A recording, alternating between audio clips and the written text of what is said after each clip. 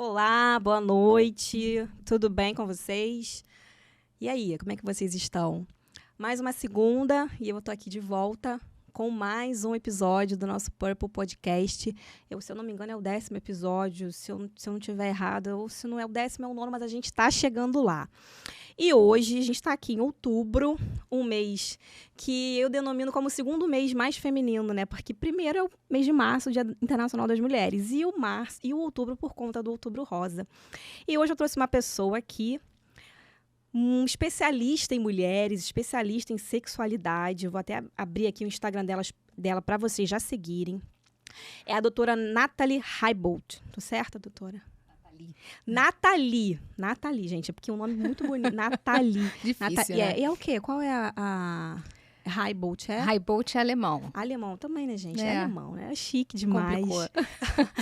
A Nathalie, ela é ginecologista e sexóloga. O Instagram dela, Nathalie Heibolt, vai estar aqui para vocês, tá? O @. E ela diz que ajuda você a se aproximar de quem você ama, sem sentir preguiça, vergonha ou culpa.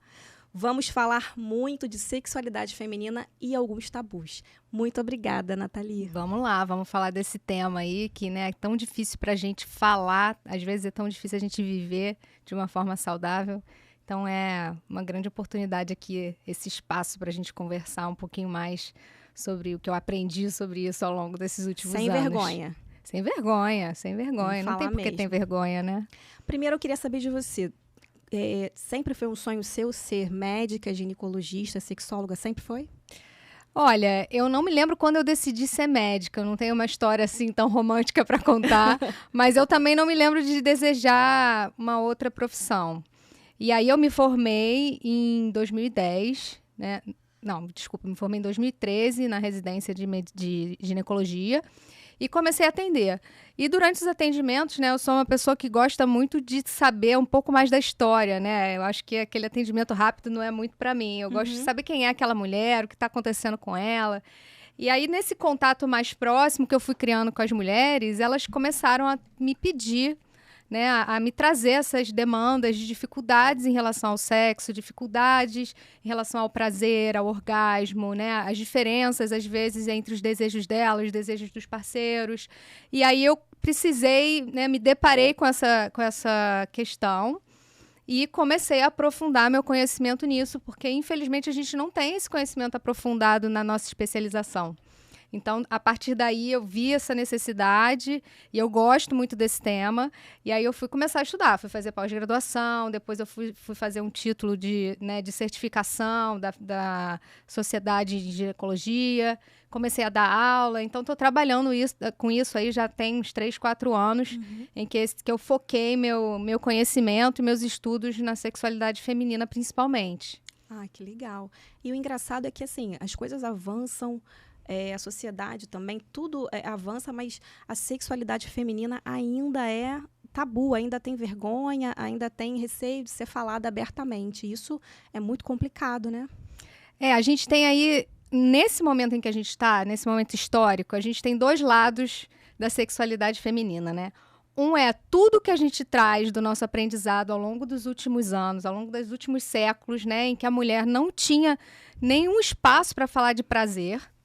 E, por outro lado, agora, a gente tem uma demanda da mulher de sentir prazer. Então, é como se ela tivesse pulado de um mundo para o outro, né? E aí a gente não consegue fazer o que a gente gostaria, né? Sentir o prazer que todo mundo diz que tem que sentir, né? Ter a performance sexual que as pessoas gostam de vender, de que você tem que ter uma ótima performance e isso associado à qualidade do seu relacionamento. Então, é difícil encaixar isso com a história que a gente tem, né? Com a história de educação que a gente tem, onde as mulheres não tinham que sentir prazer, não é nem poder, elas não tinham, não deveriam sentir prazer, né? Até muito pouco tempo atrás, até o início do século XX, o prazer feminino não era uma questão, nós éramos educadas para estar disponíveis para os parceiros, né? Então a gente está fazendo uma transição, só que não teve uma ponte, né? Então, por isso é que é tão difícil falar e, ao mesmo tempo, é tão desejado que a gente viva uma vida sexual mais tranquila, mais saudável, em que a gente sinta prazer. Só que as mulheres não sabem como fazer essa ponte, né? As nossas mães, eu gosto de falar assim para as mulheres, Você provavelmente é a pioneira na sua família. Você é a primeira geração que está tendo a oportunidade de sentir prazer de forma mais livre, vamos dizer, de falar sobre isso, de buscar informação, né? A geração das nossas mães, né? Então, a geração que nasceu aí na década de 50, 60, elas não falavam sobre isso, elas não tinham de buscar informação, né? Então, como é que elas iam ensinar uma coisa que não foi ensinada para elas? Que elas não tinham acesso a essa informação e agora a gente tem que saber, né? Então, olha só, nós somos as pioneiras. Sempre que você é a pioneira num conhecimento, é a pioneira num comportamento, né? Uma geração pioneira, ela vai passar uma dificuldade, né? Ela vai ter que quebrar aí alguns obstáculos, né? Vencer alguns obstáculos para a gente conseguir entender qual é a melhor maneira de viver dessa forma. E para fazer essa ponte, existem profissionais como a Nathalie e existem podcasts como o Purple. Exato. Que a gente está aqui para levar a informação. Eu estou muito feliz por a gente estar abordando esse tema aqui, mais um tema para ajudar muita gente, assim como a gente já falou de depressão, a gente já falou de empreendedorismo feminino, a gente já falou de tanta coisa. É mais um assunto bem importante que eu estou abordando aqui. Então, se você conhece alguém, eu sei que conhece, até mesmo você, eu sei que você tem muito interesse nesse assunto. Se você conhece alguém, já encaminhe esse vídeo para o máximo de pessoas que você acredite que vai ajudar, tá? Muitas mulheres precisam saber dessas informações, tá legal? Para começar, doutora, quer dizer, a gente já começou, mas uma perguntinha. O que efetivamente é o sexo? Essa é uma ótima pergunta. Eu gosto muito de questionar. Esses dias mesmo eu botei lá no meu Instagram, né? Uma pessoa veio me perguntar no direct, o que é sexo? Se eu tiver penetração, é sexo? Penetração com brinquedo é sexo ou não? Né? Então, eu entendo, né? Acho que a gente tende a pensar em sexo na penetração, né? A mulher tende a pensar que é sexo quando houve penetração do pênis na vagina. Esse é o conhecimento que é mais raso, que a gente, né, pensa... Por que você pensa em sexo? A gente pensa nisso, né? A primeira coisa que vem na nossa cabeça é isso, né? Mas vê se você concorda comigo. Se a gente restringir o sexo à penetração, então as mulheres que fazem sexo com mulheres, né? Elas não fazem sexo? Ou as pessoas idosas que estão numa fase da vida onde a penetração é pouco provável, é até desconfortável, elas não têm direito a fazer sexo, elas não têm direito ao prazer sexual. Então, quando a gente restringe muito o sexo à penetração, a gente torna ele menos interessante. Porque também tem a parte das mulheres que nem sente prazer na penetração, né? Isso é muito comum e isso é natural, porque não é a vagina que é o ponto mais sensível, é a parte do clitóris, que também inclui uma parte da vagina, né? Mas que se não estiver bem estimulada numa penetração, não vai dar prazer. Então, às vezes, a mulher também que não tem penetração, né? Qual é o sexo que faz sentido para ela? É o sexo com penetração, que não tem prazer na penetração? É o sexo com penetração? Então, essa maneira de pensar o sexo muito focada na genitália, nós que somos educadores sexuais, que somos profissionais que estamos trabalhando aí dentro da sexologia, a gente está fazendo um esforço muito grande para quebrar essa imagem do sexo penetração, né? Do objetivo do sexo estar na penetração. Porque eu entendo que sexo é tudo o que você faz buscando uma satisfação sexual. Buscando essa sensação de que você está satisfeita. Como se você estivesse com fome e você vai comer e você vai ficar satisfeita. Você vai fazer alguma coisa que vai te deixar satisfeita. Então, o que te deixa com essa satisfação, com essa sensação de satisfação, ou o que você faz buscando essa sensação, para mim, é sexo. Então, eu ensino lá no meu consultório, por exemplo, né? Que as mulheres falam, penetração não gosto do sexo que eu faço com o meu parceiro e tal. E tem muito esse foco na penetração. O que eu faço para sentir prazer na penetração? A penetração não é boa, eu não sinto orgasmo e tal. Eu costumo lembrá-las, né, daquela fase da vida em que você é jovem, em que você vai para uma boate, em que você vai para uma festa, e você encontra uma pessoa que você deseja, que você gosta, e lá naquela festa você tem um encontro afetivo, uma troca de afeto, uma troca física, e como que você sai dela quando você é jovem? Você sai pensando assim, não teve uma penetração. que droga, não fiquei satisfeita. Não, você sai satisfeita. Né? Então, para cada fase da sua vida, né, a relação sexual, o sexo que você deseja, ele vai ter um formato. Então, a gente precisa abrir esse conceito de sexo. Não dá pra gente restringir. Isso é, isso não é. Vai depender muito da realidade da pessoa, da fase da vida que ela tá vivendo, do que faz sentido para ela naquele momento. Então, como eu falei das pessoas idosas, né? O sexo com penetração, de repente, não faz sentido, o que não quer dizer que ela não vai sentir prazer no toque, que ela não vai sentir prazer no abraço, que ela não vai sentir prazer, né, de encostar nua na pele de outra pessoa. Isso tudo dá prazer. Então, a gente não pode fechar. O sexo é isso, e se você não faz isso, você não tá praticando sexo. A gente está tentando ampliar isso, porque é isso que faz mais sentido, é o sexo prazer. É o que a gente faz para buscar prazer, né? Então, essa é a forma de identificar um bom sexo. Você praticamente matou a segunda pergunta aí. Eu acho que um bom sexo, quem vai definir é quem tá fazendo, né?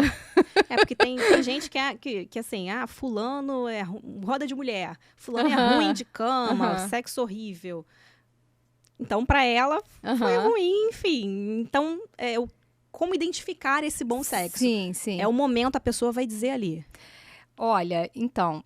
Não existem itens para denominar um bom sexo. É claro que você vai ter que usar ali o teu conhecimento de corpo, né? Quanto você conhece seu corpo, quanto a outra pessoa está aberta às suas sugestões. Eu acho que o que faz um sexo ser prazeroso é quando a outra pessoa está te ouvindo, está te percebendo, está sentindo o que você quer, está conseguindo conduzir dentro do que faz sentido para você.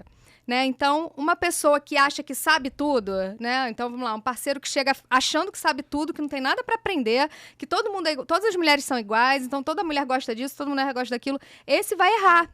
Esse cara vai errar. Porque nós somos muito diferentes, né? Porque nós temos necessidades diferentes, porque nossas sensações corporais são diferentes. Então, o sexo prazeroso, ele tende a ser aquele em que as pessoas conseguem fazer uma troca, né, de o que você gosta, por onde eu vou, e a outra pessoa também tem que ter o conhecimento suficiente do próprio corpo para conseguir conduzir. Então, uma mulher que não conhece muito o seu corpo, que não sabe qual é a melhor forma dela mesma sentir prazer, também está sujeita a viver experiências sexuais menos satisfatórias, né? Com menor qualidade. Se você sabe o que você precisa e se você consegue ajudar o parceiro que está ali com você, mesmo que seja um parceiro casual, né? A chegar nesse lugar que você gosta, provavelmente você vai ter um sexo mais prazeroso, mais satisfatório para você. Então, eu não classificaria, assim, de uma forma muito... Da mesma forma que a gente não classifica sexo, o que é bom, o que é ruim.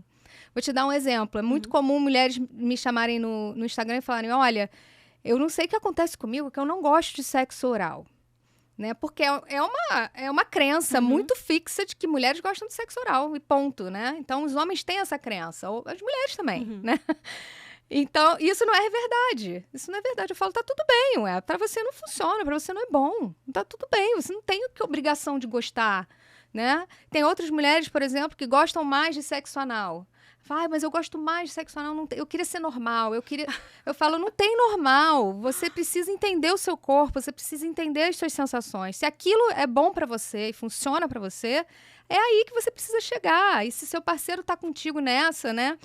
Então, é bom pra você, é isso que você precisa perceber, né? Então, não tem uma regra geral.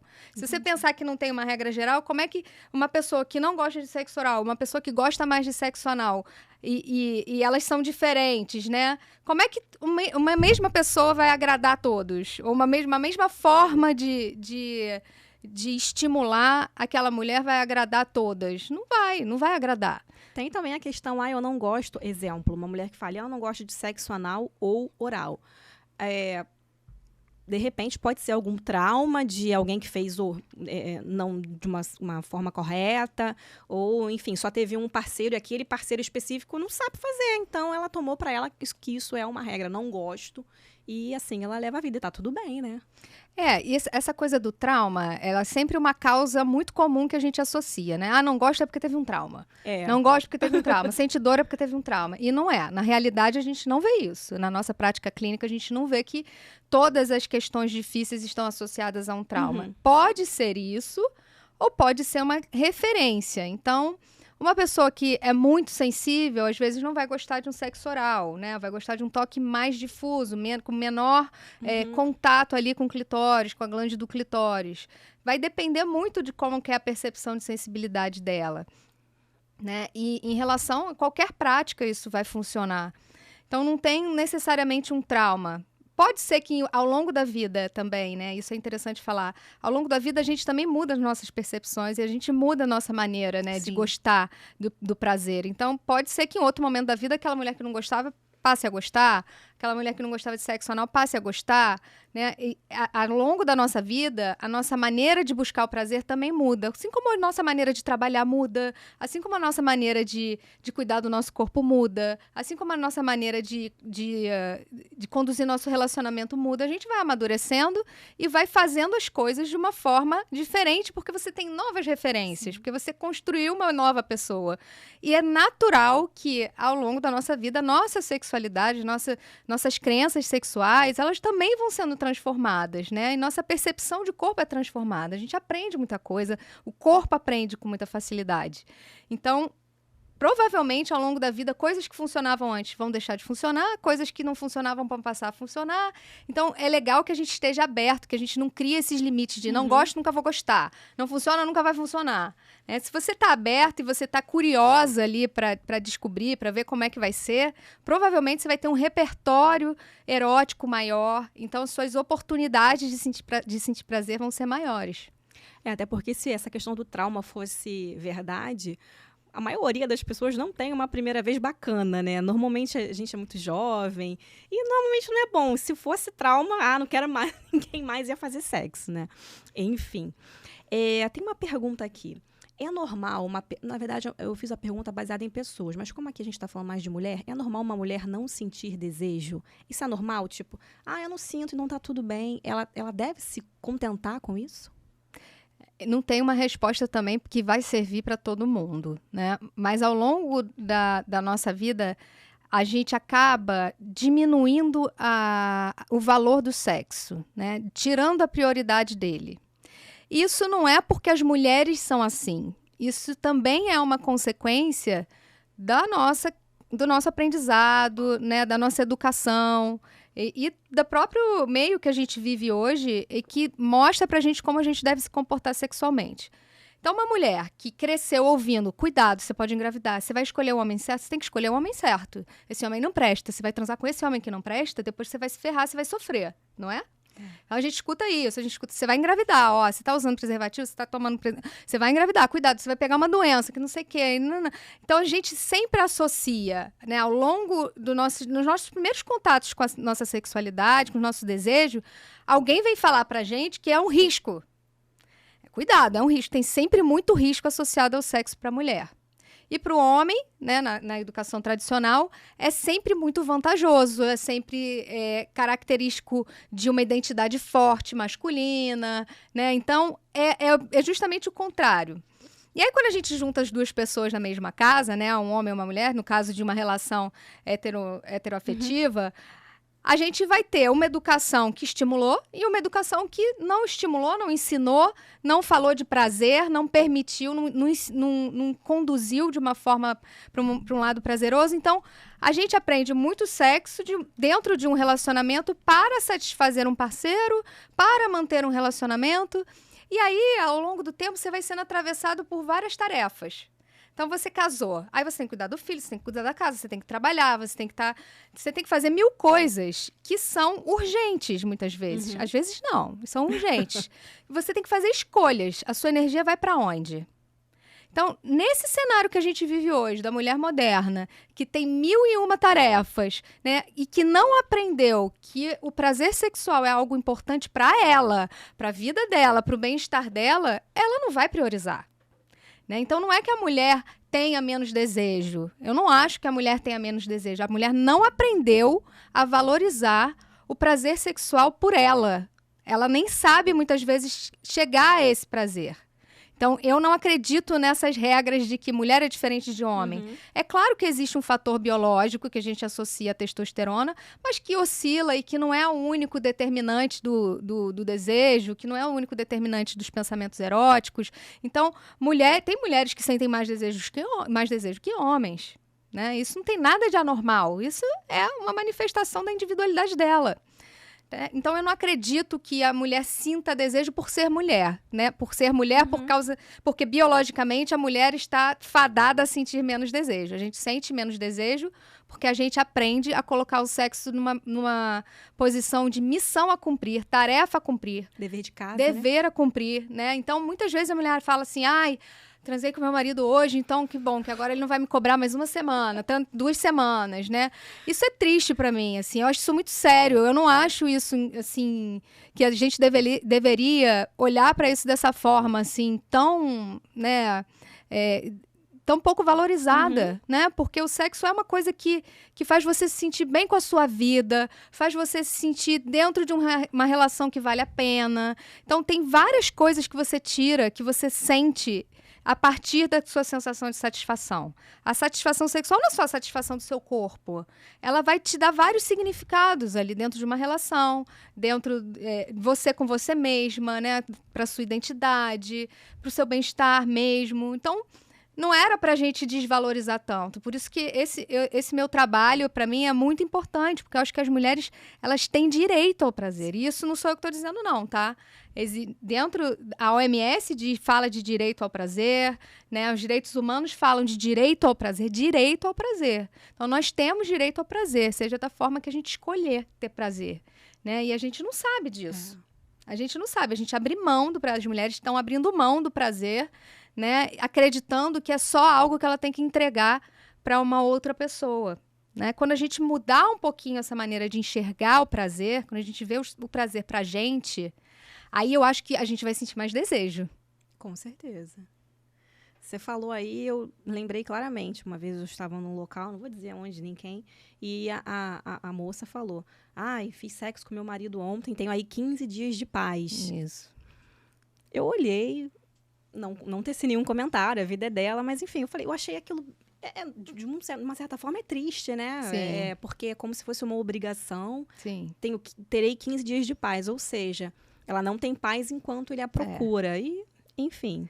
Mas é possível também que existam mulheres que já viveram a sexualidade dela de uma forma e hoje elas realmente estão bem com isso, não sentem desejo, mas não tem nenhum conflito em relação a isso.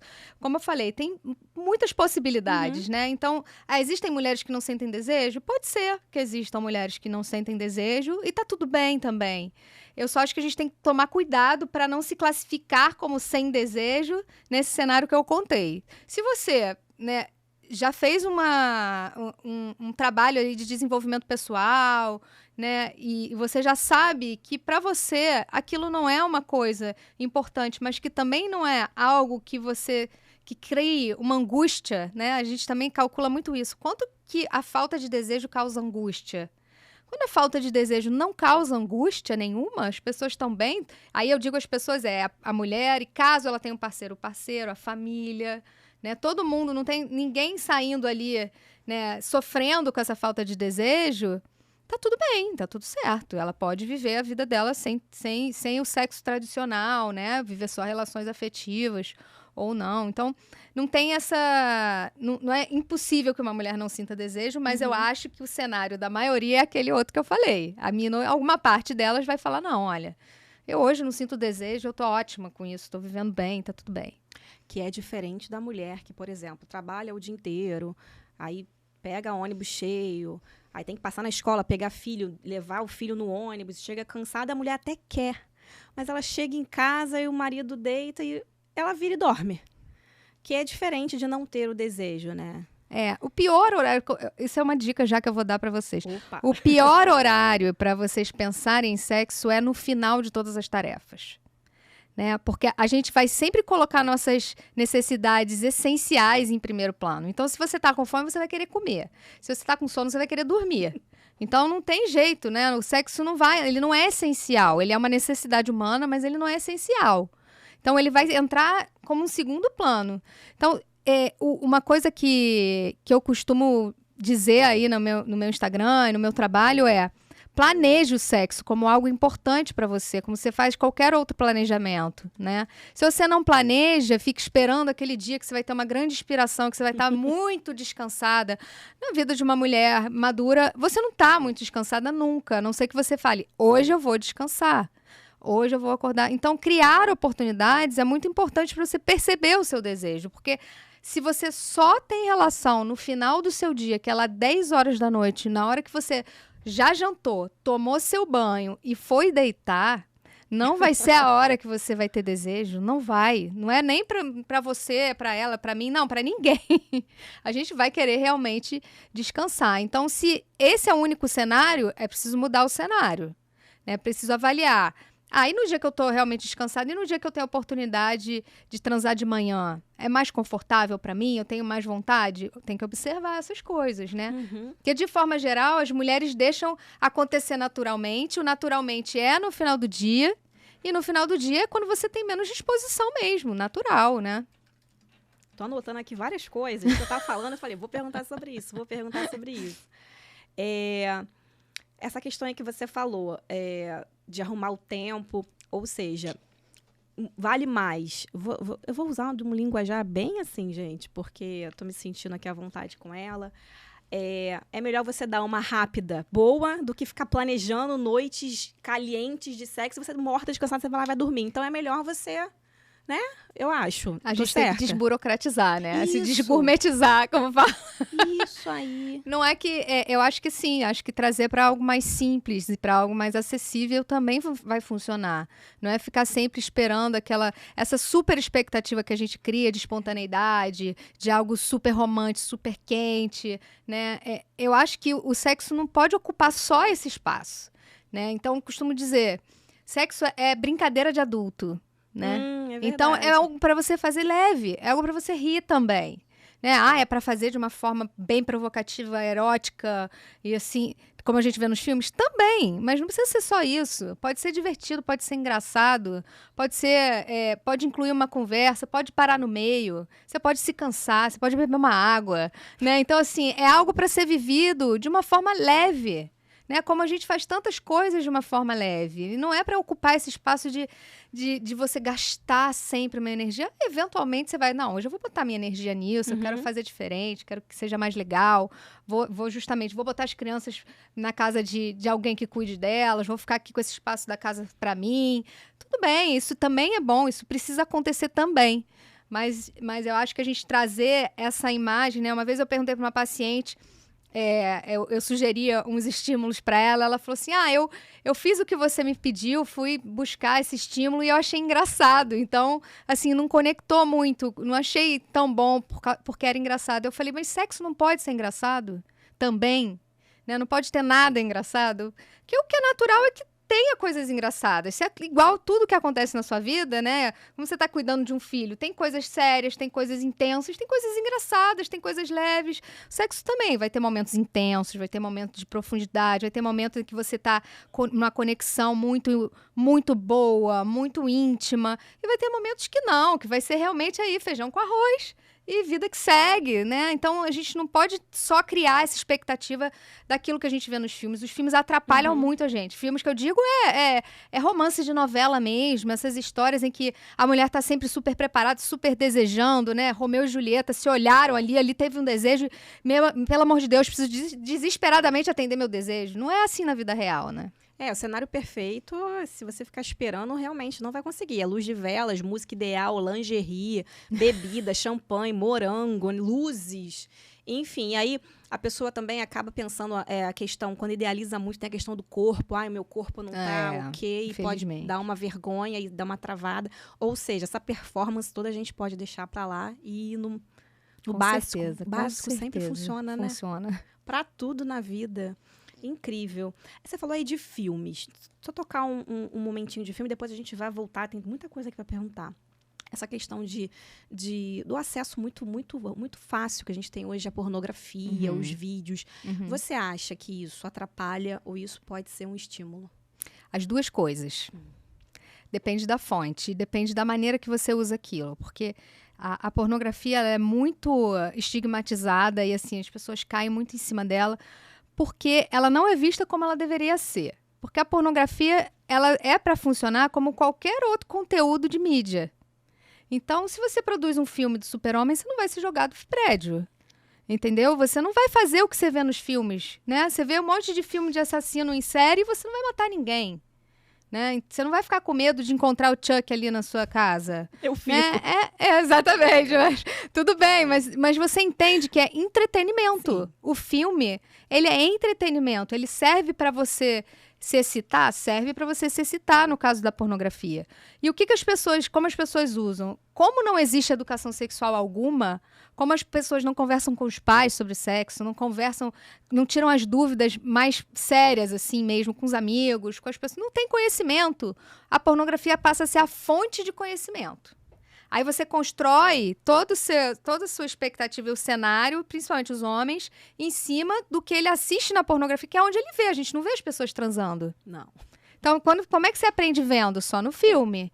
E os conteúdos gratuitos são muito ruins. Realmente são de qualidade muito baixa. Né? E aí, é isso que acontece. Então, eu acho que o conteúdo pornográfico gratuito, amador, né, e que vaza aí, ele é muito prejudicial para quem está participando lá, para quem está produzindo, para as atrizes, para quem está consumindo, porque normalmente é consumido nesse cenário, num cenário em que a pessoa está adquirindo conhecimento através daquilo e não tem outro conhecimento, né? Agora, se você tirar um pouquinho o peso do julgamento de que aquilo é sexo, né, porque como é sexo tem julgamento moral. Né? Uhum. Então, sempre vai ter uma crítica. Mas tem isso, tem aquilo, não tem como pornografia ser boa de jeito nenhum. Eu não concordo com isso. Eu acho que só você precisa partir da educação sexual, entender quem é você, como funciona para você. E se você está vendo aquilo como entretenimento, né, como algo que não é uma fonte de conhecimento, mas que é algo que você sabe que você vai usar para se excitar e para povoar os seus pensamentos eróticos, para você ter fantasias, eu acho que funciona muito bem, né? Então, é você saber onde buscar, né? Saber buscar conteúdos de qualidade, não os conteúdos gratuitos, porque o conteúdo gratuito nunca é de qualidade, porque aquele ator não está ganhando, né? Então, para o ator ganhar bem, tem que ser pago. E aí ninguém quer consumir conteúdo, muita gente não quer consumir conteúdo pago, mas é lá que está o conteúdo um pouco melhor, né? Onde as pessoas envolvidas estão sendo levadas mais a sério. Então, eu entendo que eu não crucifico, eu não boto a pornografia numa posição de é sempre ruim. Uhum. Não, é um problema, não deveria existir. Isso é uma utopia, gente. Isso é utopia. Acho que vai existir enquanto a gente não falar de sexo na mesa. Né? Enquanto a gente não puder falar com nossos pais sobre sexo, enquanto não for uma coisa da nossa vida, como a gente está falando aqui, né? Então, enquanto não for assim, a pornografia vai existir dessa forma negativa, né? Agora, tem muita gente hoje produzindo conteúdos interessantes, dentro de uma demanda mais respeitosa, né? E aí eu acho que esses podem funcionar sempre com essa visão. Você está se entretendo, você está buscando um conteúdo para se excitar. Não é para você fazer aquilo, né? Então não tem uma relação que uma ereção vai durar o tempo que você vai ver, né? O filme na pornografia, né? Pornografia em filme, né? Porque existem outros modelos. Você vai ter corte, você vai ter edição. Ninguém para pensar isso, né? Que aquela pessoa ali, ela não tá no contínuo ali, né? Full time com uma ereção, aquele homem, né? E nem vai conseguir suportar uma ereção por horas e horas e horas e várias vezes. Não vai, entendeu? Na vida real não é assim. Né? Então, se você botar um pouco mais de leveza, tirar esse desejo de uma performance de filme pornografia e usar só para você ter mais pensamentos eróticos, né? Ter um pouco mais de referências para você pensar em sexo, eu acho que não tem problema nenhum. Uma vez eu vi, foi uma atriz, se eu não me engano, foi a Cleo Pires, eu tô puxando aqui pela minha memória. E ela disse uma vez, ela deu uma entrevista, enfim, e ela disse que ela teve uma época que ela ficou viciada em filmes pornográficos e isso prejudicava porque ela só conseguia ter relação, se excitar com a televisão ligada vendo aquilo. Tem muita gente assim, né? Então, esse é um problema da pornografia, porque ele te dá um prazer, um nível de estímulo muito alto. Né? E aí, a gente tem uma coisa no nosso cérebro que é chamada habituação. Quando você tem um estímulo muito intenso, muito agradável e rápido e intenso, você vai se acostumando com aquela intensidade, né? Então, aquela intensidade, ela vai deixando de funcionar como funcionava da vez anterior, né? Aí você vai buscando uma coisa mais intensa, aí você vai buscando uma coisa mais intensa, ou mais quantidade. Então, existe sim esse comportamento, que é um comportamento compulsivo, mas que normalmente vai acontecer com uma pessoa que tem uma tendência a comportamentos compulsivos. Ela tem, pelo que ela falou. Então, assim, a gente não tem compulsão se você não tem uma tendência a um comportamento compulsivo por outros motivos, né? A compulsão, ela pode ter vários objetos, e a pornografia é um objeto. Por que que ela é um objeto? Porque ela te proporciona um prazer rápido e intenso, né? Então, você vê uma coisa muito estimulante, o que a gente vê é muito estimulante, e aí aquilo te dá uma sensação de prazer muito rápida. Aí você quer outro, você quer outro. Então, quando você entra nesse ciclo da compulsão, aí sim, ela pode ser um problema, e é difícil, tá? Não é fácil você tratar uma pornografia em excesso, uma compulsão por pornografia, não. E também não é errado ou ruim a pessoa não curtir, né? Eu, por exemplo, eu não curto. Não, então, a gente tem um perfil que é muito individual. Tem gente que gosta de estímulos visuais, tem gente que gosta de estímulos auditivos, tem gente que gosta de leitura, né? Tem gente que gosta de tato. Então, nós somos muito individuais, né? Você precisa identificar para você qual é o seu sentido que mais desperta as suas sensações, né? Então, eu, por exemplo, tenho um ouvido muito bom. Né? Então, para mim, provavelmente o que vai funcionar melhor é ouvir um áudio, não ver um filme. Então, a leitura, para mim, eu absorvo pouco da leitura. Né? Eu leio e daqui a pouco eu já perdi aquele conteúdo. Se eu ouvir, eu absorvo melhor. Né? Podcast funciona super bem para mim. Legal. Então, assim, talvez para você um filme não funcione, porque o filme não funciona para muita gente porque ele entrega as referências. Então, quando ele fala assim, um moreno bonito, um moreno gostoso no filme, ele vai apresentar aquele ator exatamente como ele é, não tem variação. Agora, quando você escuta isso num áudio, qual vai ser o moreno bonito que você vai pensar? Vai ser o seu moreno bonito, sim. que vai ser diferente do meu, que vai ser diferente da outra pessoa. Então, você constrói uma referência que faz mais sentido. A gente só consegue sentir excitação em coisas que fazem sentido pra gente. Então, isso é uma dica também. Você precisa entender o que faz sentido pra você. E o que faz sentido pra você não vai fazer sentido pra sua amiga. Então, as dicas da sua amiga muitas vezes não vão funcionar para você. Olha aí. Interessante. E assim, na minha opinião, né? Enfim, não tô aqui para ficar dando a minha opinião porque é sobre a doutora, não sobre mim. Mas, enfim, os roteiros são tão iguais dos filmes. Sim. A gente sabe tudo o que vai acontecer. A gente sabe a sequência. O cara vai beijar aqui, vai fazer isso. Aí depois ela vai fazer isso nele. Depois ele vai fazer isso nela. Ele vai fazer isso nela e acabou o filme. Então, pra mim, não tem. Isso é realmente o que você falou. Sei tudo que vai acontecer e não me interessa. Hoje existem diretoras que estão fazendo filmes mais voltados para as necessidades, para as demandas femininas. Então, as mulheres falam muito isso que você falou, né? As mulheres reclamam muito dos corpos muito montados, né? Muito perfeitos, a falta de um contexto, porque a gente fica excitada quando tem um contexto. Né? Então, você não quer ver a pessoa transando, você quer ver como que o cara seduziu ela, o que ele usou para seduzir, qual foi o toque que ele fez, né? Como que foi essa aproximação sexual, entendeu? Isso é o que excita a gente mais.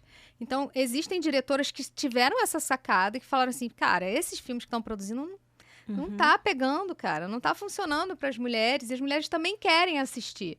Então, já existe um grupo aí, algumas pessoas que estão fazendo outros cenários. Então, tem pessoas que fazem até trabalhos muito interessantes, por exemplo, em que as próprias atrizes ensinam masturbação, né? Em filmes em que as atrizes imaginam uma cena, elas mesmas se masturbando. Então, né, isso tudo dá uma certa permissão para as pessoas que nunca se imaginaram nessa posição, por exemplo, de fantasiar e se masturbar, né? Eu acho que existe esse papel também que pode ajudar. Né? A gente tem que só saber buscar, né? Nenhum conteúdo erótico, né, excitante, vai estar pronto para você. Você precisa saber que existe uma infinidade e você vai ter que abrir a sua cabeça, experimentar um, falar, não, esse eu não gostei, aquele funciona melhor, o vídeo não funcionou para mim, o áudio eu achei engraçado, né? Então, não funcionou para mim. Então, tem que ver o que faz sentido. A gente só vai conseguir usar o que nas nossas referências faz sentido. Porque em sexualidade é isso. Existem as nossas referências. Você é a única pessoa que teve seu pai e sua mãe, que viu como eles se tratavam em casa, que teve um irmão que teve uma namorada, um tio que você gosta muito que tinha um casamento legal, né? Isso tudo são coisas que você vai pegando na sua vida e vai construindo quem você é, as suas referências de prazer, né? Como que a sua mãe fazia um carinho em você, às vezes, é uma coisa que te dá prazer, até para o resto da vida adulta. Então, a pessoa, ela não tem como ser igual a outra, porque a vida dela, os estímulos, né, as referências em sexualidades, o que dá sentido para ela é diferente do que dá sentido para outra. Então, por isso que você tem que buscar. Eu não tenho como ensinar uma mulher como sentir prazer se eu não entender o que faz sentido para ela. Muito interessante isso, gente. Anotei várias coisas aqui. Eu vou voltar um pouquinho, vamos voltar lá atrás. A gente já está bem avançada até, falando já de filme pornô. E eu tenho aqui para a gente falar sobre alguns mitos, coisas que colocaram na cabeça da gente, que colocam, enfim. Masturbação feminina. É muito importante isso. O sexo começa na masturbação? Quando a vida sexual começa na masturbação, assim, se conhecendo? Eu acho que o próprio corpo, ele é o ponto de partida. Inclusive, você falou aí em algum momento assim, normalmente a primeira experiência sexual, ela é traumática, ela não é agradável. Por que ela não é agradável? Porque a gente não bota o dedo dentro da vagina. Né? E se você pensar, a vagina é igual a sua boca, é igual a sua orelha, ela é igual a qualquer parte do seu corpo. Ele é seu corpo, é seu. Por que a primeira pessoa a te mostrar como é a sensação de ter uma vagina preenchida vai ser outra pessoa? Você entende como isso não faz sentido? Verdade. E a gente não para pensar? Nunca tinha parado. Então, assim, é importante por isso, porque não é só para te dar prazer. É para você entender as sensações. Uma sensação nova, ela é estranha num primeiro momento. Então, quando você toma cerveja na primeira vez, você fala, estranho, amargo. Depois você tá bebendo todo fim de semana. Você aprende a entender aquele paladar. Da mesma forma, você vai aprender a entender a sensação de uma penetração. Então, eu acho que a primeira penetração deveria ser da menina com o dedo na própria vagina. Deixa eu ver isso. Não, isso aqui é muito estranho, isso aqui é... E depois, isso dói, dessa maneira dói, da outra maneira não dói. Será que se eu usar alguma coisa não dói? Como é que é? Como é que é essa sensação? Então, a gente fica com uma preocupação imensa com o ímen. O ímen não é nada, né? O ímen não tem sentido você ficar preocupada com o ímen. O ímen é uma película fina que, assim, né, ganhou um valor que tem a ver com a história, que tem a ver com os primeiros casamentos que eram por posses, né? Então, por dotes. Então, isso tinha sentido lá, não tem mais sentido hoje você ficar preocupada com o seu ímen. Tinha que mostrar o lençol com sangue, né? Porque por causa dos bens daquele homem. Então, o homem tinha que casar com uma mulher virgem para ter certeza, que era a única maneira que ele tinha de ter certeza que aquele filho dele era dele. E que os bens dele iam passar para uma herança genética dele, para uma herança dele. Então, os casamentos, inicialmente, não eram casamentos por afeto, né? Eram casamentos por conveniência.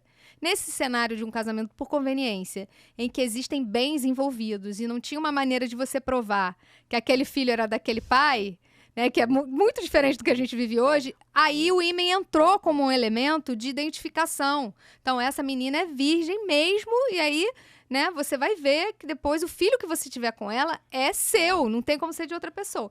E aí isso também já traz um monte de outras coisas que a gente pode conversar, né? Como o corpo da mulher não era dela, né? Como o corpo pertencia ao patriarcado, aquela estrutura que estava na mão dos homens, né? Porque, assim, o que o homem tem que ficar preocupado com o ímen? O que ele tem que ficar preocupado com isso se ela vai falar para ele que o filho é dele? Né? Então, assim, ele precisava ter essa segurança de uma posse sobre o corpo da mulher, que não é a realidade que a gente vive hoje. Então, voltando naquilo que você falou, né? Eu acho que a masturbação é interessante, ela é importantíssima, né? E que se você tivesse tido a oportunidade, de conhecer sua vagina por dentro, com seu toque, com seu ritmo, com a sua intensidade, no seu tempo, provavelmente quando você tivesse com um parceiro que você desejaria aquela penetração, você saberia falar para ele, não tá na hora, espera, não é assim, não é pra doer desse jeito, eu sei que não dói, não é? Então, assim, você teria a oportunidade de ter uma primeira relação prazerosa. Então, esse eu acho que é o caminho para as mulheres começarem a entender prazer, né? O sexo por prazer, e não para satisfazer demandas masculinas, né? Engraçado, você tá falando aí que eu falei em masturbação feminina e olha só como é incrível isso, né? Eu me acho uma super moderna absoluta. Super livre. E você tá falando aí masturbação feminina e falando de penetração. E eu tô pensando, mas ela não tá falando de masturbação. Penetração, masturbação. A gente tá acostumado a só reconhecer como masturbação a questão do clitóris, aquela questão. E a penetração, não. Eu fico pensando, penetração, a pessoa vai se masturbar ou seja com um vibrador, com o próprio dedo ou algum objeto, isso é masturbação. E tem gente eu acho que tem muita gente que pensa como eu, assim, que não imagina isso. Só acha que só há um tipo de masturbação. Não, a masturbação inclui qualquer coisa que você faz ali para você sentir prazer. Pode ser nem tocando a vulva, na verdade. Pode nem ser com a sua mão tocando a vulva, né? Então, eu tô falando isso porque eu entendo a masturbação também como uma maneira de você conhecer seu corpo para o prazer. Né? Como você entender como seu corpo funciona, quais são as respostas dele, quais são as respostas que você tem, quais são os movimentos que funcionam, qual é a intensidade, qual é a velocidade, né? Então, e não estou falando só de penetração, é que a penetração acabou entrando como essa importância de você mesma ser a pessoa que percebe a penetração sozinha antes de você ter com parceiro, né? Mas a masturbação pode acontecer de várias maneiras, né? E, inclusive, uma das maneiras que as mulheres começam a masturbação, inclusive as crianças fazem isso também, é um estímulo direto, né? Você esfregar a vulva em alguma coisa, né? A pressão sobre toda a vulva, porque isso estimula o clitóris como um todo, não só a glande, que a nossa glande é muito sensível. Nem sempre você mexer ali na glande é legal, pelo contrário. Provavelmente, em algum momento, vai ficar incômodo. E esse movimento de esfregar, né, sobre uma superfície, isso tende a ser prazeroso. Isso pode ser feito sem a mão. Né? Então, pode ser feito com travesseiro, com uma toalha, pode ser feito de várias maneiras, né? Na perna do seu parceiro. Isso é uma coisa que funciona muito bem. E é masturbação. E uma mulher que se masturba, ela tende a ter uma vida sexual bem melhor do que uma que não se toca. Isso não é mito, isso é verdade. A gente não precisa dizer que se masturba, mas que presta atenção no seu próprio corpo. Porque a mulher pode se masturbar sem prestar atenção. Né? Então, você precisa entender o seu tempo. Você precisa saber quando você está excitada. Então, se você não se masturba, você não vai saber. Porque a nossa excitação, ela não é visual como a do homem, que tem uma ereção e você vê. Né? Ele sabe quando ele está excitado. Ele vê uma ereção, ele percebe, é muito nítido. A gente não, né? A gente precisa tocar para ver se aquela excitação ela está se reproduzindo na forma de lubrificação. Tem uma coisa também, né? A gente se excita mentalmente e fisicamente. Então, às vezes, as coisas não batem. Às vezes, você está muito excitada mentalmente, né? Então, você tem um desejo naquela relação, mas você não está lubrificando tão bem, né? Que é a excitação física. Nas mulheres, às vezes, isso acontece em tempos separados, né? E aí, como é que faz? Pois aí depende, né? Depende do que vem. Eu acho que a excitação mental ela tem que acontecer independente de qualquer coisa para você ter uma relação agradável. Você tem que ali estar querendo, né? Agora, numa excitação que não reproduz no seu corpo, né? Aí é que vem. Se você se masturba, você sabe qual é o estímulo que funciona para você chegar a essa lubrificação, que vai tornar uma penetração prazerosa. Você sabe se você vai precisar de um lubrificante ou não, é só esperar mais um pouco. Né? Então, a gente tendo esse contato, essa relação íntima com o nosso próprio corpo, a gente vai entender qual é o caminho. Né? E você pode chegar lá pro fofo e falar, não é assim não, cara, você tá fazendo errado. Exatamente. Né? Ou pra fofa, exatamente. Né? Infelizmente, assim, a gente se fecha muito para isso.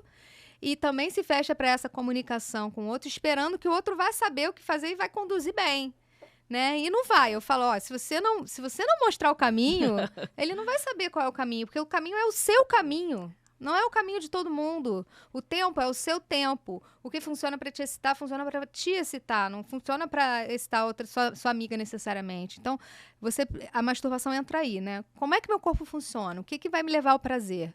Né? Qual é o estímulo que eu preciso para chegar a um orgasmo?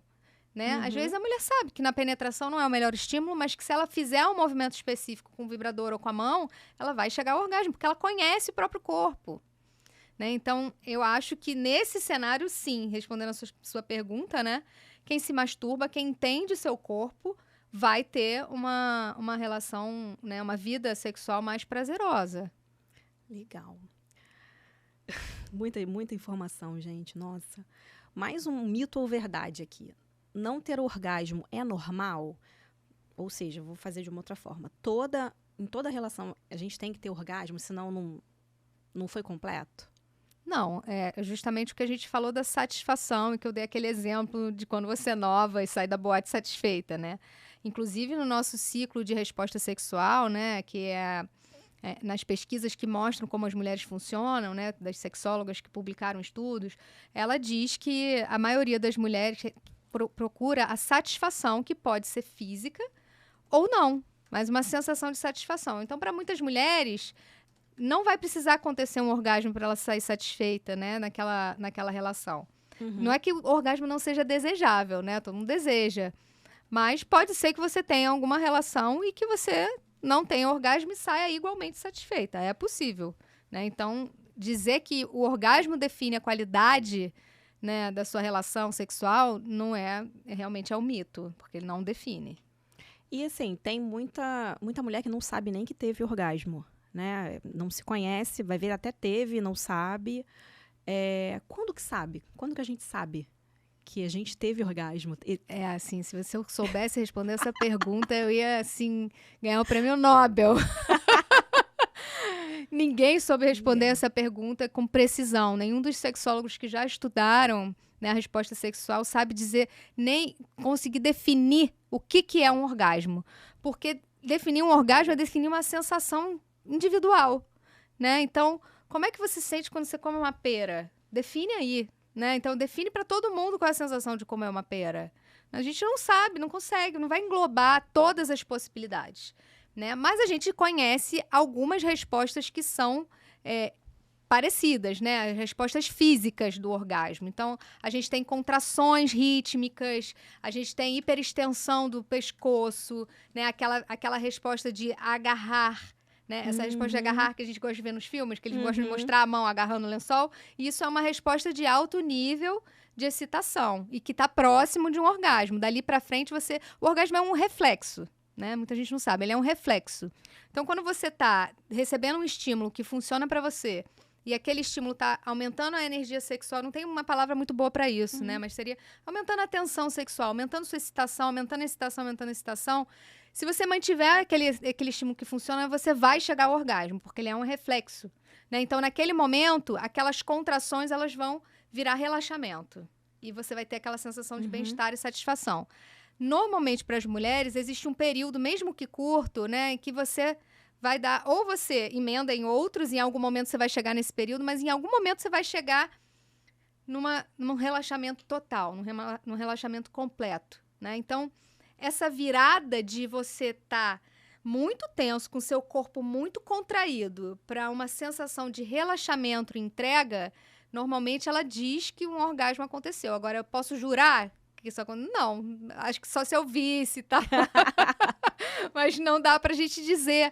E isso torna, assim, a situação muito difícil para algumas mulheres que acham que não tiveram orgasmo, porque não tem um orgasmo naquela intensidade toda que contam pra ela, que ela vai na lua e volta e tal. Mas o que eu uso para identificar muitas vezes é em que momento você para, por exemplo, numa masturbação. Se ela fala, eu não sinto orgasmo nem na masturbação. Aí eu pergunto, em que momento você para? Eu falo, no momento que eu fico cansada, né? Mas você fica cansada como? Se você continuar, o que você sente? Sinto incômodo. Então, isso é uma coisa que a gente percebe, que se a sua percepção, isso é incrível do nosso corpo. Eu acho isso maravilhoso, assim, porque as suas sensações, elas mudam, né? Você já percebeu isso? Então, você está sentindo prazer com o estímulo. Depois de um orgasmo, os seus neurotransmissores que você liberou, eles mudam a resposta neurológica. Então, aquilo que era prazeroso passa a ser incômodo.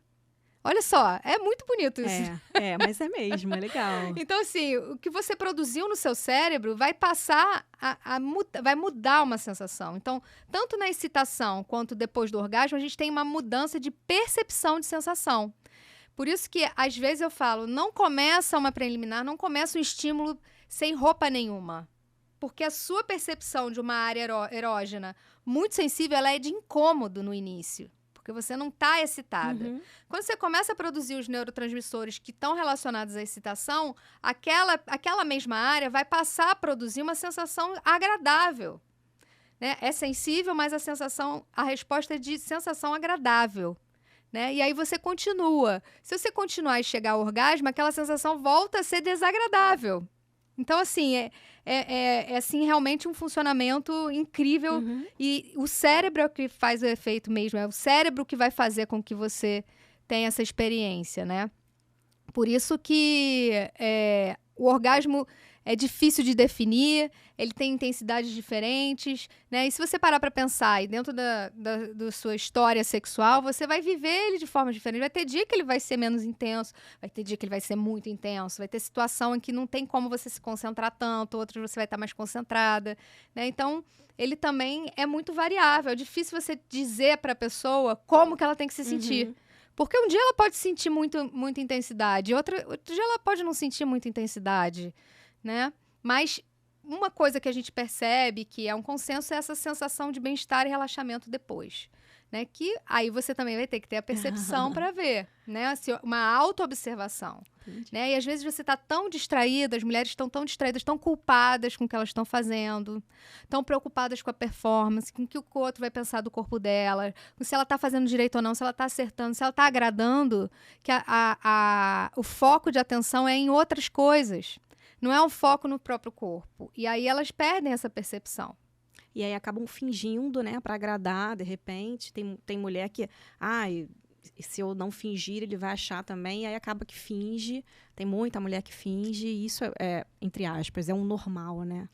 Assim, eu acho que isso a gente também não pode botar essa conta isso na conta das mulheres, porque isso é uma consequência da história do patriarcado, que, né, não permitiu que as mulheres vivessem o sexo de forma prazerosa por séculos, por milênios, né? E as mulheres que sentiam prazer, elas eram excluídas, né? Elas viravam prostitutas muitas vezes, ou elas eram bruxas, né? As bruxas eram queimadas. Quem eram as bruxas? As bruxas, historicamente, eram mulheres que tinham poderes, né? E muitas vezes esse poder era encarado como uma mulher que tinha capacidade de sentir um orgasmo. Né? Pô, como é que essa mulher sente o orgasmo? Não, essa mulher não é normal, essa mulher é uma bruxa. Entendeu? Então, assim, historicamente, a gente sofreu muitas consequências por causa do prazer. Né? A gente foi limitada dentro do prazer. Então, não dá pra gente chegar agora e dizer, as mulheres fingem.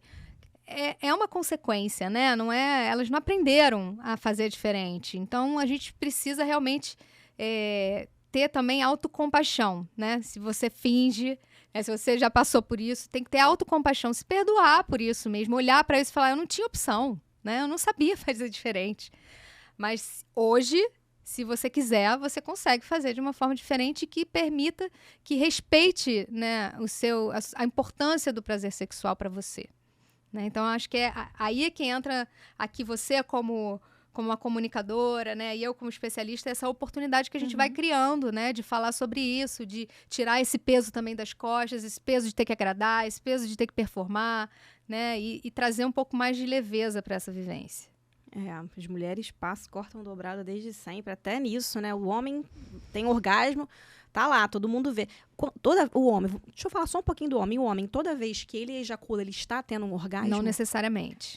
Também não. Não necessariamente. É o mais comum, né? Porque eles aprendem a fazer isso com mais facilidade.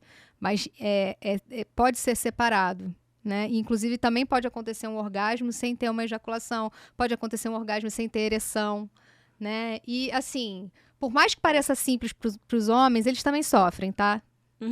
Eles também estão lotando os consultórios dos terapeutas, sim. Não é tão simples para eles, só que as demandas para eles são outras, né? São as demandas de performance, de ereção, de horas, né, disponibilidade, né? Então, é claro que eles não sofrem, né? Eles não tiveram a mesma história que nós tivemos. Sim. Eles tiveram uma permissão para o prazer que sempre foi assim. Então, isso realmente é mais fácil para eles nesse cenário. Mas eles têm outras outras dificuldades e eu acho que assim, todo mundo... Sabe aquela história, todo mundo tem problemas sexuais? Todo mundo tem problemas sexuais, entendeu? Pode não ser um problema que angustia, um problema que pesa muito, que você pode lidar com ele ali no seu dia a dia, mas alguma coisa vai pesar para você porque não é um campo em que a gente tem liberdade para falar, em que a gente tem abertura para solucionar as questões. Entendi. Ou seja, homens, também encaminhem para os homens também, viu? Nem sempre vocês estão abafando. Vocês também têm problemas, a gente sabe. Outro mito. A gente já falou, mas eu já tinha anotado aqui. Homens gostam mais de sexo que mulheres. A gente já sabe que isso é mentira, né?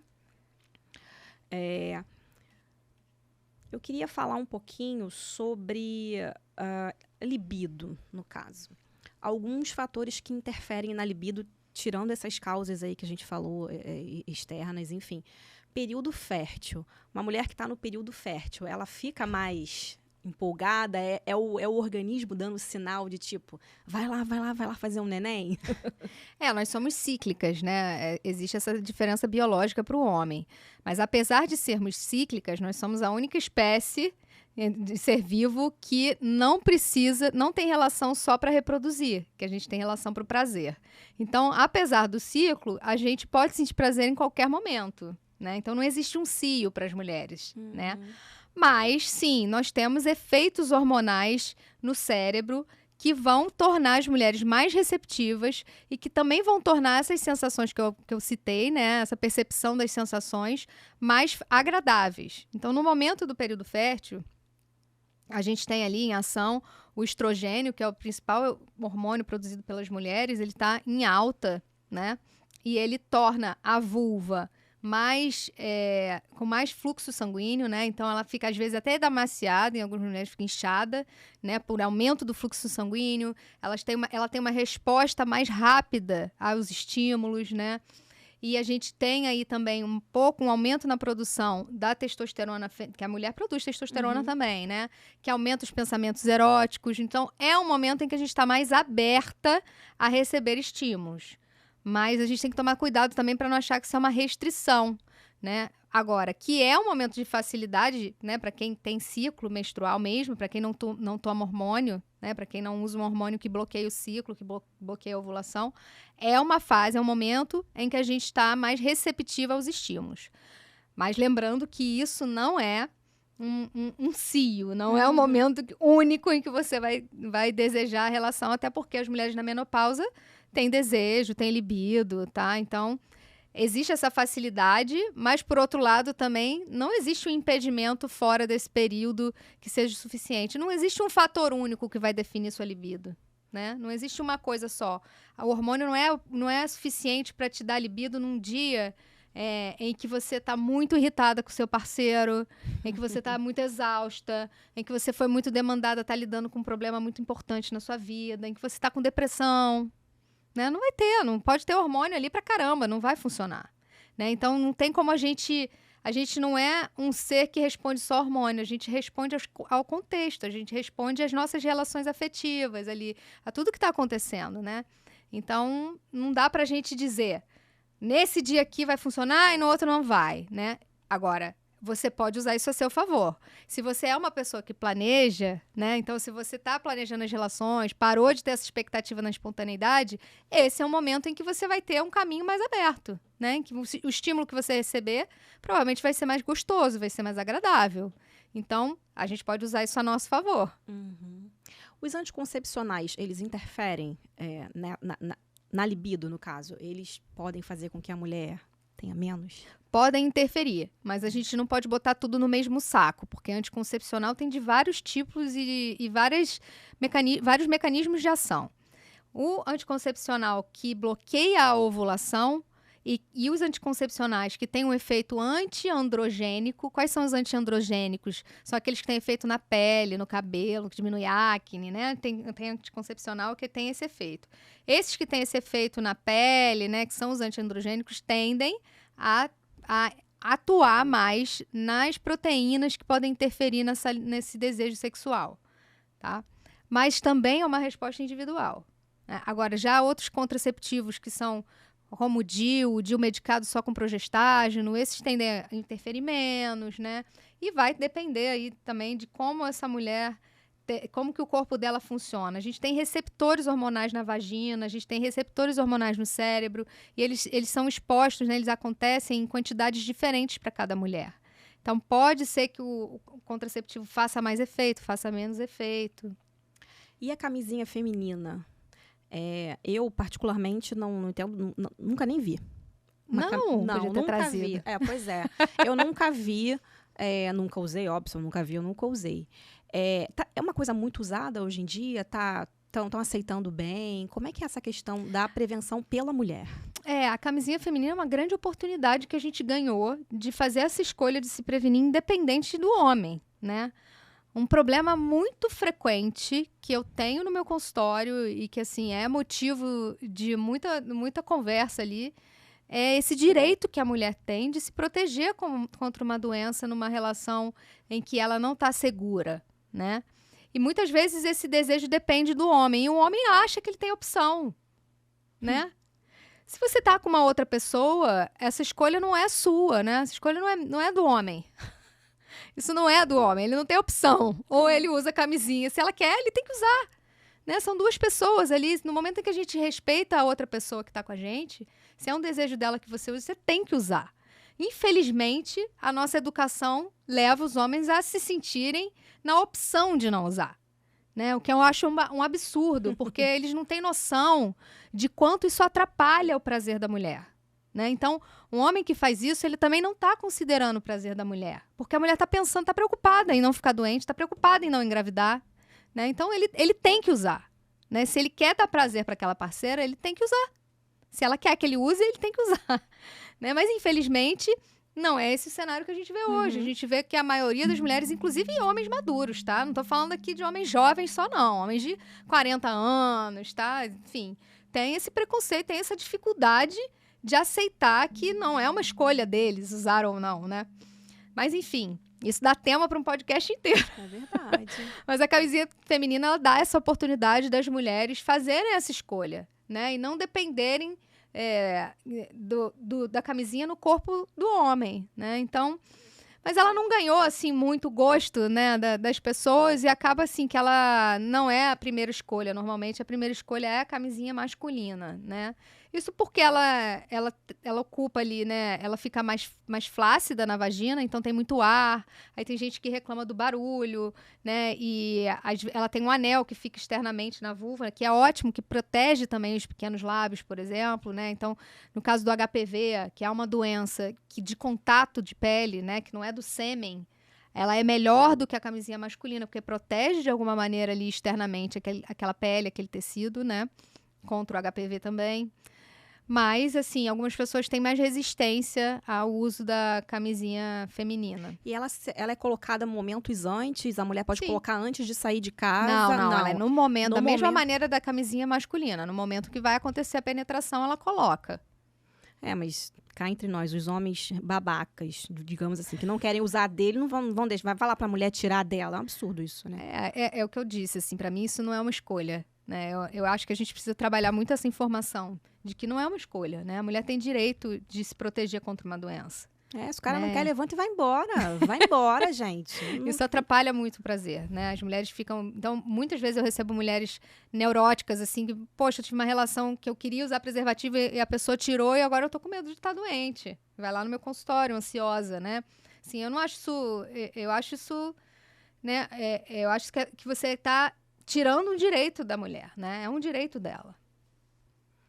Ai, fiquei até com raiva agora. Eu não quero ficar com raiva de vocês, não, mas, pô, galera, vamos usar. Mas fica essa dica de conscientização, porque, né? Meu ponto de vista que eu acho muito importante, que não é uma opção, né? Se a mulher quer, ela precisa ser usada. E mulherada, vamos usar, mesmo não querendo, vamos querer, né? Vamos querer para se proteger. Eu acho que as mulheres, elas se incomodam bem menos, né? Assim, acho que elas querem muitas vezes, né? Mas essa negociação é muito desagradável, né? Então, você tá ali num momento erótico e você tem que parar o seu momento erótico para negociar uma camisinha. Isso é muito desagradável, né? Então, acho que ser natural, exatamente. Né? Então, eu acho que acaba que muitas mulheres se colocam nessa situação porque precisam estar concentradas ali no momento erótico e acaba que isso acontece. Tá, vamos falar um pouquinho de coisa um pouco mais leve. Tão leve, vamos falar de rotina no casamento.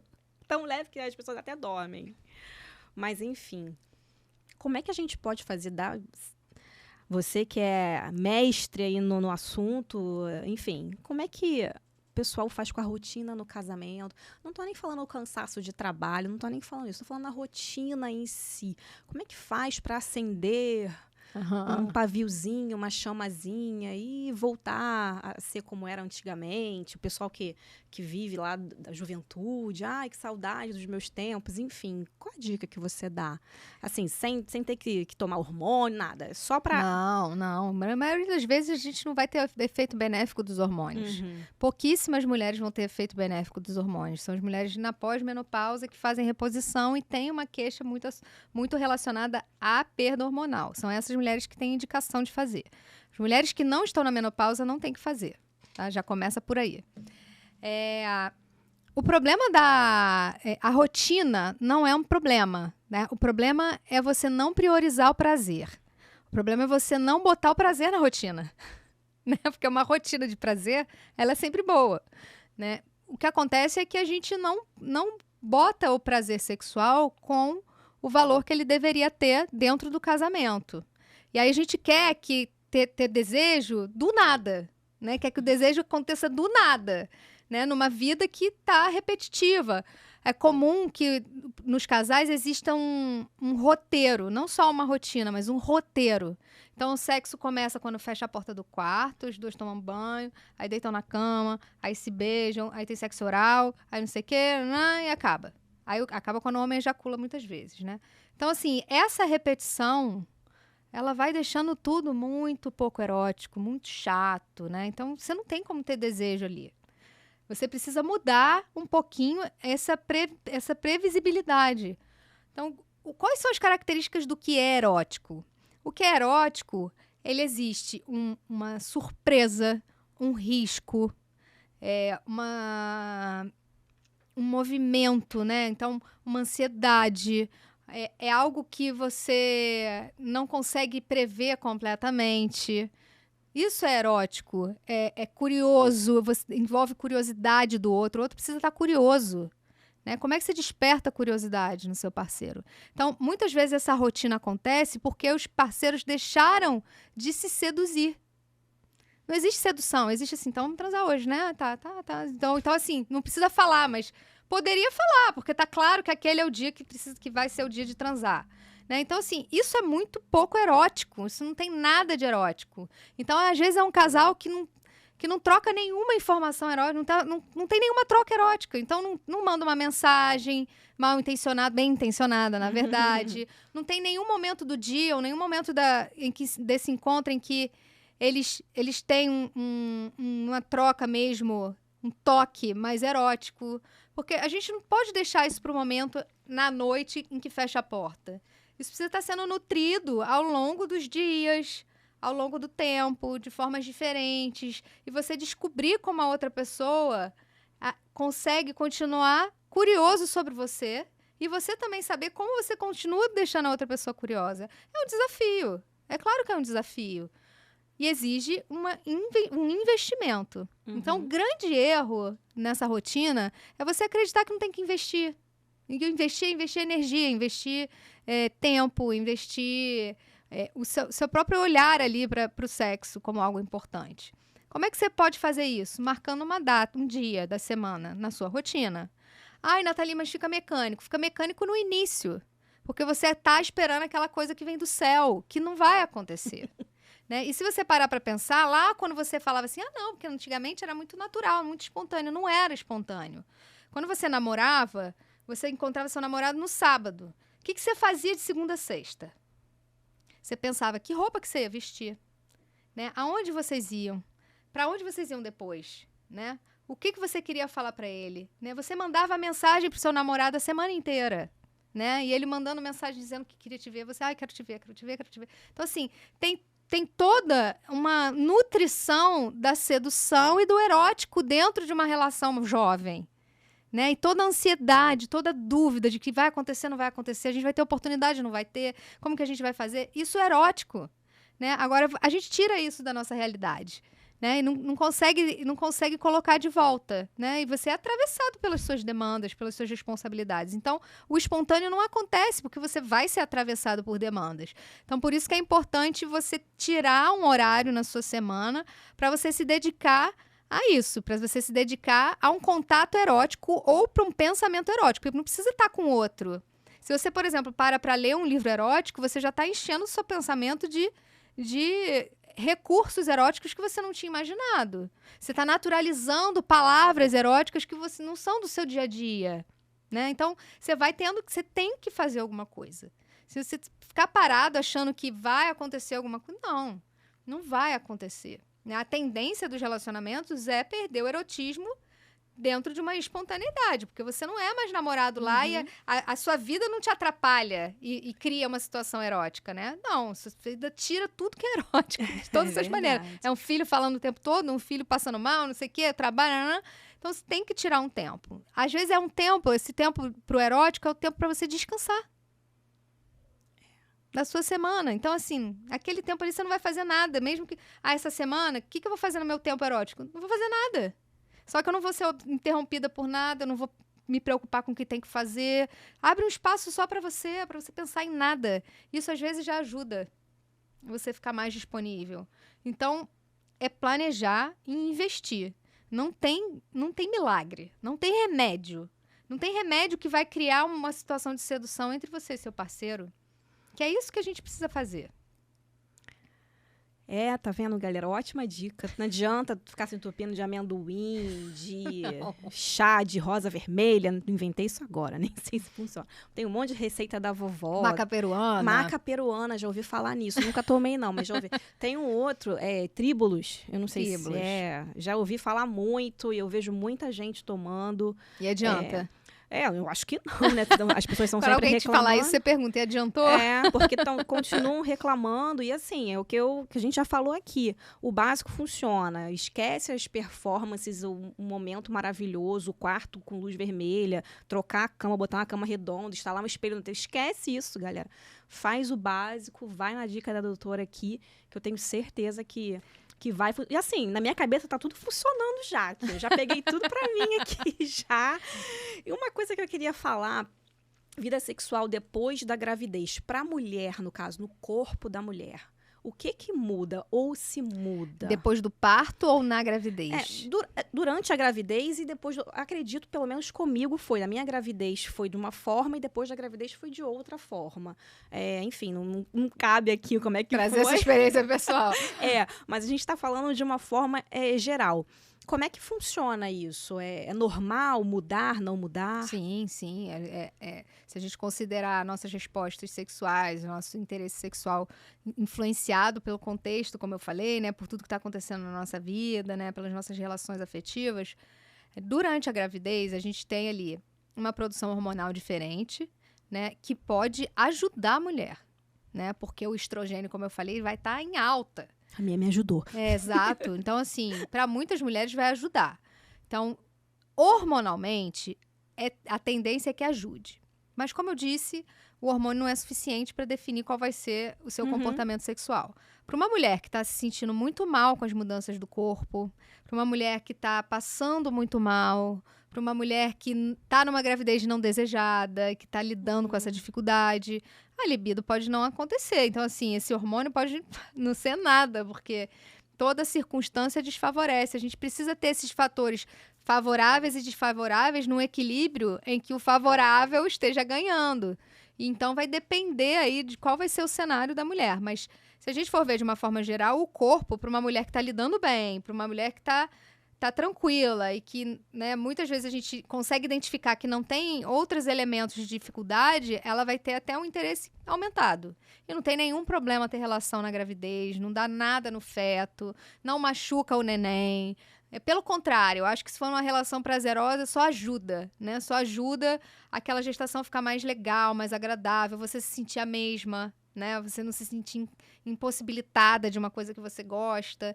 Então, não tem nenhum problema, desde que você também não tenha nenhuma intercorrência médica, né? Se o médico fala para você que tem alguma coisa ali, você vai ter que respeitar.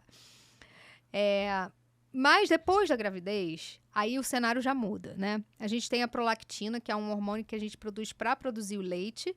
E esse hormônio, ele é um contra muito grande. Ele é um desfavorável, ele pesa do lado desfavorável de forma muito importante, né? Então, a nossa resposta fica pior, né? Toda aquela questão da sensibilidade, da abertura que você tem para receber estímulos, aquilo fica pior sob efeito da prolactina. E, além disso, a gente tem uma queda dos hormônios muito brusca, né? Depois que o bebê nasce. E a vagina tende a responder com efeito de atrofia. A gente chama até de crise vaginal. O que é a crise vaginal? É uma perda hormonal muito importante e a vagina fica parecendo uma vagina da menopausa, com muita atrofia, muito fina, muito sensível, que sangra e é doloroso muitas vezes ter uma relação com penetração nesse momento, tá? Então, isso tudo vai contar ali dentro do cenário daquela mulher para ela continuar com desejo ou para ela diminuir o desejo. Além disso, né, uma mulher que está cuidando do bebê ativamente, dificilmente ela vai ter energia suficiente, a mesma energia que ela tinha antes para uma relação. Provavelmente ela vai ter menos, ela vai estar mais cansada, né, ela vai estar com o bebê ali também fazendo um estímulo na mama, que é uma região muito sensível e ela precisa entregar muito ali. Então, pode ficar mais difícil essa fase e a gente tem que respeitar, né, que é um ciclo da vida, é do ciclo da vida, né? Coisas que mudam muito a nossa vida, como um filho, um luto, uma perda de emprego, vão acabar interferindo na nossa resposta sexual. E né? É normal, tudo E bem. é normal, você vai ter fases da sua vida em que você vai ter uma diminuição do interesse, fases que você vai estar mais tranquila, que você vai ter mais interesse. E aí a gente tem que saber entender isso e usar os recursos quando a gente quiser usar para ter mais interesse, né? Por isso que é importante você conhecer, saber o que fazer, saber que tem que fazer e também aceitar, né? Falar, olha, não é o momento disso, não consigo dar conta disso, né? Eu estou numa outra fase, ou talvez as coisas precisem ser diferentes. O que eu sempre falo ali para esse momento do bebê, né? Para as mulheres que acabaram de ter bebê, é que é importante você manter a relação de conexão com o parceiro. Manter a parceria, manter a proximidade. Então, você não precisa querer transar, mas é bom você se dar a oportunidade de receber um carinho, de tocar esse parceiro, de ficar abraçado, de ficar deitado vendo um Netflix. Ter um momento com ele. Porque muitas vezes o que acontece é que ele fica sem espaço numa relação que está muito intensa ali entre você e a criança. Às vezes numa casa em que ele não consegue ter oportunidade de participar.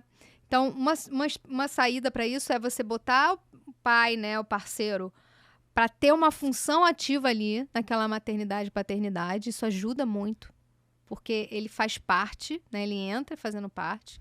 E você ter esses momentos de afeto, né? Não esquecer que vocês são isso também. Não esquecer que você é um casal. Você faz parte de um casal e que dentro de um casal precisa ter afeto.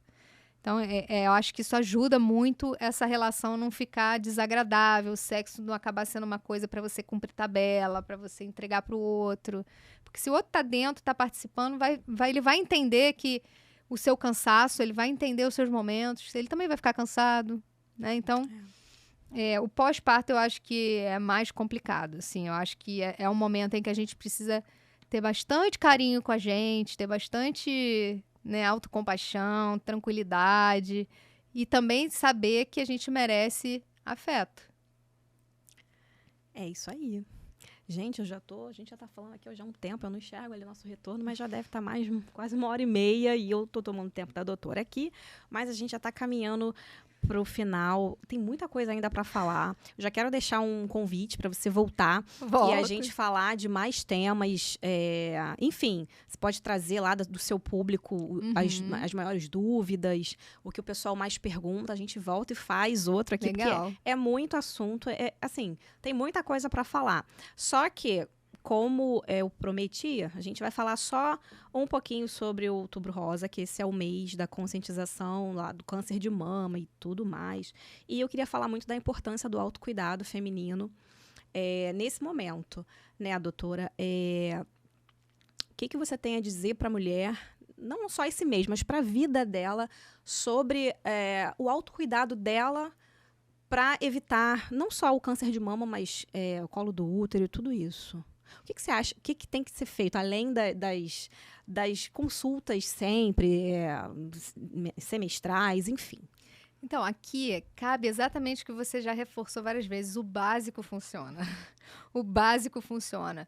Para uma mulher de até 40 anos, ela vai precisar de um exame físico das mamas por uma ginecologista ou por um médico que esteja habituado a fazer exame das mamas. Então, pode ser um médico de família que faz esse exame com frequência.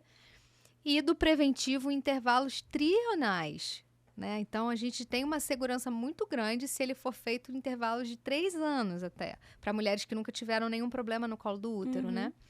Então, esse é o básico, né? Claro que a ida ao ginecologista anualmente, ela está indicada, mas não necessariamente para colher preventivo. E o exame das mamas pelo profissional já vai ser importante para identificar muitas lesões que acontecem antes dos 40 anos, né? E depois dos 40 anos, é a mamografia anual, tá? Porque a mamografia, né? Por que é tão importante a mamografia? Muita gente me pergunta, pode ser ultrassom? Pode ser não sei o quê? Porque a mamografia aperta? Não pode, porque a mamografia, ela é um raio-x da mama. E o raio-x, ele pega uma imagem que é feita de cálcio, é uma calcificação, né? Onde tem cálcio? No osso. Então, se você for ver no raio-x, o osso fica branco. Se você for fazer um ultrassom, não necessariamente você vai ver com essa nitidez, né? Então, são lesões muito pequenas, né? As microcalcificações, é assim que a gente chama. É isso que a gente busca na mamografia. Uma imagem de microcalcificações, que só são vistas na mamografia. Não tem como a gente ver no ultrassom, porque o ultrassom não tem essa qualidade de definição e não tem capacidade de identificar cálcio pequeno, né? Então, tem que ser mamografia anual, porque quando a gente identifica nessa fase, que não é um nódulo, ela é só uma microcalcificação, a gente tem a oportunidade de um tratamento muito efetivo com baixa morbidade, ou seja, a mulher não tem um efeito muito grave daquele tratamento, como a perda da mama, né? Um tratamento quimioterápico. Muitas vezes, quando a gente pega nessa fase inicial, a gente só tira a lesão, e isso é suficiente para tratar. Às vezes precisa de radioterapia, às vezes nem precisa, né? Isso vai depender do caso.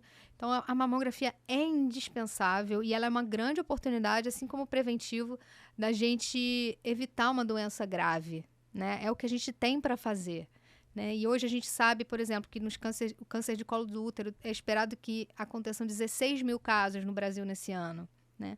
Sendo que o câncer de colo do útero ele é quase 100% evitável. A meta da OMS é que a gente zere os casos de câncer de colo, zere. Por que a gente conseguiria zerar? Porque o autocuidado, ele permite que a gente interfira nessa história do câncer e que a mulher não tenha câncer em quase 100% dos casos. Então, o preventivo, ou o teste de HPV, que hoje também já está disponível, que é um teste que a gente faz com o mesmo material do preventivo, ele dá essa oportunidade da gente identificar a mulher que precisa ser tratada e zerar o risco dela de câncer. Então, o nosso objetivo no futuro é esse. Tamanho é o nosso poder de intervenção numa doença inicial.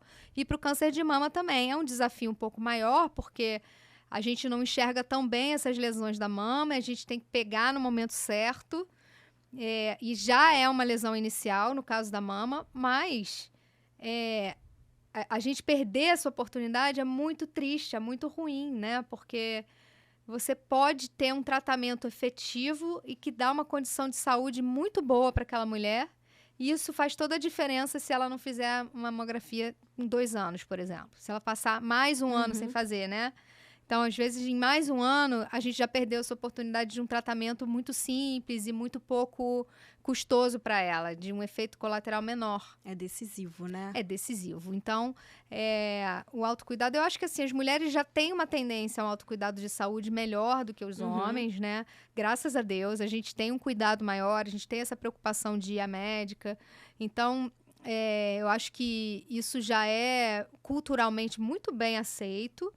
Mas eu gostaria de reforçar essa oportunidade que é você fazer a mamografia no momento certo, né? Porque realmente faz toda a diferença, né? Esse ano a gente vai também esperar para o câncer de mama 66 mil casos. São muitos, né?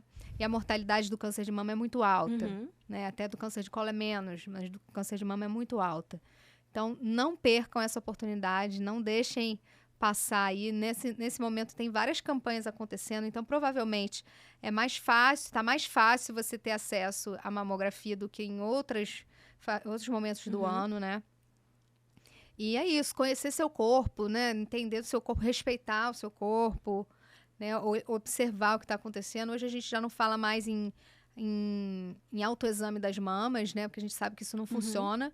Mas a gente fala em toque da mama, né? Em manipulação da mama ali durante o banho. Porque se você tá acostumada a tocar, em algum momento você vai ver quando alguma coisa sai muito do natural. Tá muito fora do que você tá acostumado. Então você não precisa saber, minha mama é cheia de bolinha, não sei o que, é estranho. Se ela é sempre assim, é isso que você precisa saber. Como é que ela é sempre e como é que ela foge do sempre. Se você entende como ela foge do sempre, você já vai ter oportunidade de identificar, né? E para isso você precisa saber como é, aquilo que a gente falou, autocuidado, autoconhecimento, saber como é para você identificar quando acontece uma lesão que foge disso. Eu nunca fiz a mamografia, ainda não tive na época. E assim, ouço dizer que dói. E, eu não vou fazer porque dói. Eu já ouvi isso. E também já ouvi, não vou fazer porque eu tenho prótese e vai estourar. Isso é mentira, é mito também, não é? Não, pode fazer mamografia com prótese, é super segura, a prótese não estoura, a prótese não atrapalha a ponto de você não ter o mesmo resultado, tá? É possível fazer e deve ser feito por esse motivo que eu falei. Não tem outro exame que substitua.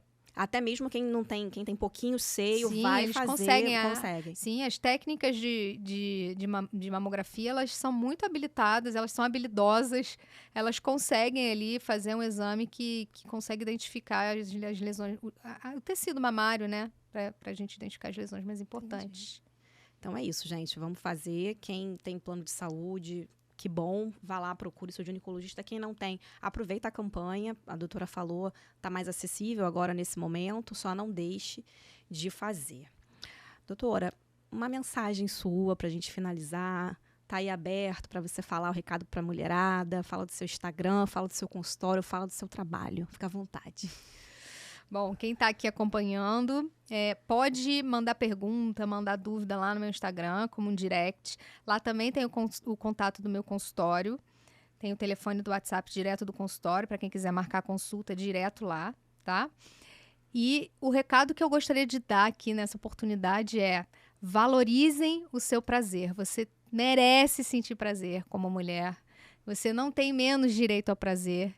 E é uma boa oportunidade de você ter uma vida mais satisfatória, né? Busque o seu prazer, entenda seu corpo, busque autoconhecimento. Apesar da gente não ter tido essa oportunidade na nossa educação, hoje, como mulheres adultas, a gente pode fazer uma transformação, a gente pode fazer diferente, a gente pode escolher outro caminho para a gente viver a nossa sexualidade. É isso, tá dito, recado dado. Eu queria agradecer, muito obrigada, eu adorei. Eu que agradeço, é um prazer aqui falar de sexo sempre. Nossa, foi muito legal, foi assim, melhor do que eu imaginava. Achei que eu fosse ficar mais presa, assim, enfim. Que bom. Mas foi muito bom, eu espero de verdade que chegue ao máximo de mulheres, homens também. Se você tá vendo, se você acompanhou aqui até o final, compartilha esse vídeo, bota o aviãozinho, fala, olha só que legal, que interessante esse assunto. Bota aí nos comentários que você gostou. E a gente tem que disseminar essas informações, chegar no máximo de pessoas, de mulheres que precisam, que esse é o meu propósito aqui, atingir o máximo de pessoas e ajudar o máximo de... Se eu ajudar uma pessoa, eu tô feliz, mas eu quero ajudar muita gente aqui com esses episódios, com todas essas informações que eu trago para vocês, tá? Muito obrigada a vocês que ficaram até aqui. Acompanhem também no Instagram, @purple.podcast. A gente vai colocar aqui o da doutora também. E acompanhe os cortes. A gente também tá em todas as plataformas de áudio. Se você quiser só ouvir, tá no Spotify, tá no Deezer, enfim. Lá no link da bio do Instagram, tem todas as plataformas onde esse episódio vai estar disponível para vocês, tá bom, gente? Muito obrigada, doutora. Obrigada a vocês. E até a próxima. Se Deus quiser, um grande beijo.